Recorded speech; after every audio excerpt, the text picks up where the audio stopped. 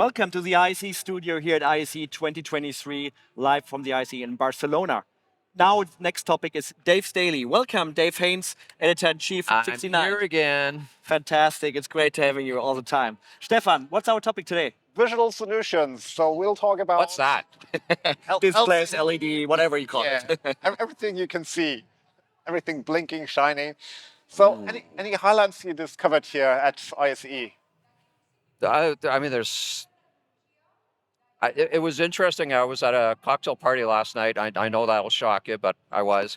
And talking to some people who had never been to the show before, and they said, we go to so many IT-driven shows, and to come to this and just see all this wow factor and visual stuff everywhere was almost overwhelming for them. But I said, well, if you've gone to these for a whole bunch of years, you get a little bit jaded because you've seen all this stuff, but it's nonetheless very impressive. But let's be realistic. I mean, the latest micro LED, like what LG has, it still fascinates, even after years. So, I mean, if you've seen it before, but it's just like, wow, the brilliant colors. We know it's all perfect, for a show like this. But Sure. it's still something. It's unbelievable how far the industry has gone. I mean, come from. Florian, we learned it's not about more pixels, but it's about better pixels. Yesterday. That's true. Yeah, that's true. But still, the industry loves more pixels, more the better. Yeah, but there's a certain limit to it. In around 0.5 mils, it doesn't make any difference anymore. You don't see the pixels anymore at that. Yeah, I mean, when LED started coming out, and I remember being at a show about 5-6 years ago and saw a 1.9 fine pitch LED, and I went, whoa. And then I asked, well, how much is that? And they said, well, it's about 25,000 per square meter. And I said, oh, well, it's going to be a while before this is mainstreamed. But we're now at that place where LED is mainstreamed, and you see it all over the place. And I at 69, I write about this stuff, and I've written about fine pitch LED in parking garages, in sports bars, surrounding coolers in convenience stores and everything else. So it's somewhat commoditized. And I think that's just going to continue, and you're going to see the day when LCD is largely supplanted by it. And when we were talking about this at the summit yesterday, when micro LED matures and the mass transfer processes and everything's truly mature, LED is going to be like a design consideration and a building material, really. And it doesn't come anymore in cabinets, maybe it's a thin film, your flexible film, whatever you have, it can be all right in glass, so it will be very flexible. Yeah, but I think it's important for people to understand, though, that this is most of what you're going to see, particularly the smaller things like at BOE and some of the huge manufacturers. What they're showing, they're not shipping that in June or anything else. That stuff might be still 3-4 years out. There's one exception to that, and talking about BOE.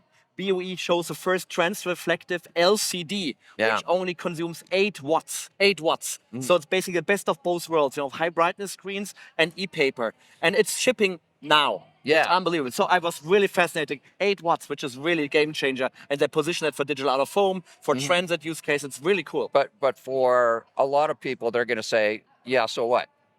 What does 8 watts mean? Well, I know you understand, but it would be helpful for people to understand that particularly in Europe with energy conservation and just the cost of operating a digital out-of-home display, if you can bring that way down, it's amazing. Is the BOE display, is it running full video? It's full video. It's full video. It's an LCD screen. It's LCD technology. Okay. It's full video. The colors are not 100% right yet, but you will see it. I mean, maybe you don't buy it today, but buy it in a year or two. It's really fascinating. It could really, it could be a revolution for outdoor signage. It's been interesting to walk around as well and see some of the LED that's getting close to the point where it can supplant LCD for outdoor street furniture stuff. That the pixel pitch is still got to get a little bit tighter, and the costs need to come down. I don't think you can run text, but I was talking to a guy last week who said for drive-through, you're going to see a QSR drive-through. You're going to see a situation where you can have a track screen or a promo screen that's a coarser, so to speak, pitch, and then have a finer pitch one for the menu, because you can get the granularity of the text and all that. So we're getting close. But talking about low power consumption, the extreme form of that is powerless display at the PPDS booth, so Philips, with the Epaper. So 60,000 colors, Epaper, obviously not for video, but that's also a technology that's maturing and designed for more or less static posters. That's going to be I still haven't fought my way over to the PPDS booth. It was just so busy.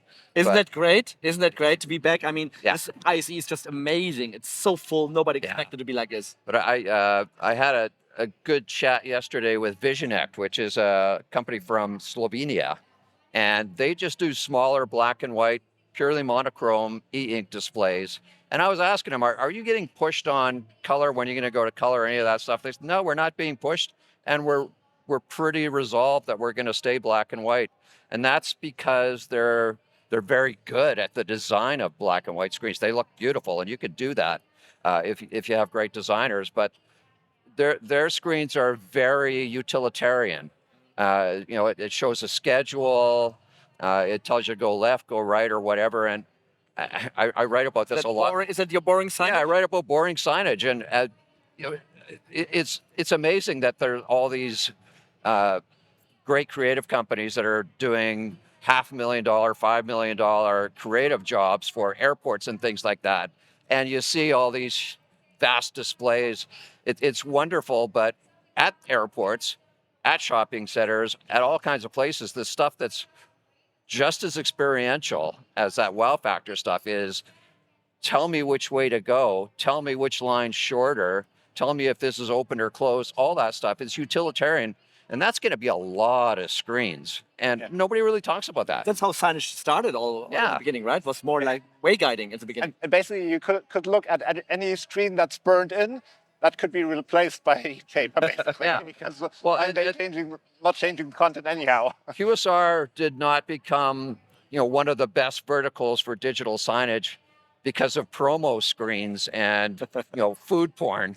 It was because it's showing menus and allows you to change the menus. I remember talking to a U.S. consulting customer, won't say who, fast casual. They had a set of menus on, it was like a triangle like this, and they used a stick at noon to push it up. So the afternoon menus came up, and then they used a stick again at 5 o'clock to show it was crazy. And they knew they had to change that, but they didn't really know how. But to be honest, I know a bakery chain who also they have a manual button because they don't know otherwise how to change the content of the menu boards. So they have like two buttons. One is for morning, one for the afternoon. And they just press a button. That's fine. But it works. I mean, let's be honest. I mean, that's cool. But obviously, that is a use case where you maybe don't need an LCD screen. That would be great for Epaper. Talking about Epaper, talking about sustainability, we talked about energy consumption, but it's also about circularity. And what you see at ISE here is at basically every single booth, you see some form of, we use more recycled materials, we have thinner packaging, we're using, more old stuff, or recycled plastic. I think Sony has something like 99% recycled plastic. So you see this everywhere, and I think that's new. Last year we didn't see that. Oh, for sure. And I would imagine that's a function of what's going on in Europe and more globally. I would say the U.S. and Canada are well behind in their thinking on that, but you're now starting to hear it. And the Sony booth is a great example of that, where the whole booth is made of basically 2x2 wood and canvas. And there's other stuff in there, but they've really taken that to heart. And I don't think they're just greenwashing. They really mean it. And I think most companies are, because they have to. Especially the Japanese, same with Sharp NEC. They also have like really nice wood and everything. So it looks really nice. So you see there's a change in mindset, and customers are also asking for that. Stefan, we know that from our consulting work, especially in Nordics and also now Germany and Benelux, there it becomes more and more important. So customers are really asking for more sustainable solutions. Yeah. We haven't talked about projection yet. So what's the role of projection against all these fancy LED things? I love projection, in the right circumstances. And you've got to have the right atmospheric situation, not too much light or anything else. But we've seen a lot of projection mapping venues start to bubble up, and I've seen some of I like some more than others, like the giant works of art from Van Gogh and all that. That's good for you. But the project that's really cool to me is the stuff that just kind of arrives. So you've got a surface and it's solid, but all of a sudden there's something on it, whether it's text or animations. That's fun, and I think it's got that element of whimsy and surprise that people love. Yeah. The immersive experiences. Yeah, and the creativity. I think you can do very creative things with projection. Yeah. So we also need to talk about translucent and OLED. So Oh yeah. Oh, we haven't what's talked happening about there? About what, sorry? LG translucent, transparent screens. I really like those. There's some other companies like NextNovo that also have them. If it can become a building material, I still get a little nervous about the longevity of these things, and particularly if it's a film. I know they say, it's fine and everything else, but you get UV light on it for 3 years. What happens is it start to peel on the corners, because we all have stuff we've bought that if it's out in the sun all the time. But the idea that you can create a visual canvas from a glass divider or something like that is fantastic. It's cool. And last but not least, the hype topic of the past couple of years, 3D holographic. Oh, Lord. Your showers, your famous showers.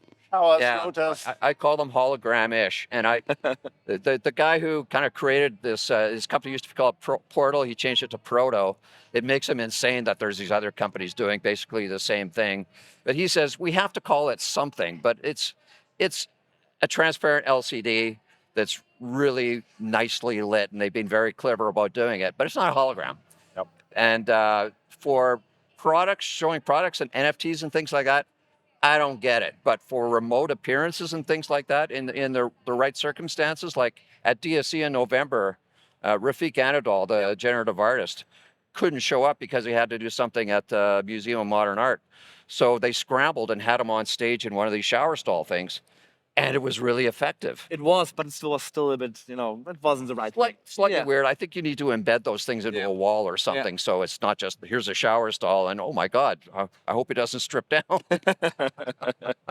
Good. We're running out of time. So this was our third edition of Dave's Daily. Dave, thanks for being our guest today. Thank you for having me. We're back tomorrow for day 4 of ISE. Day 4.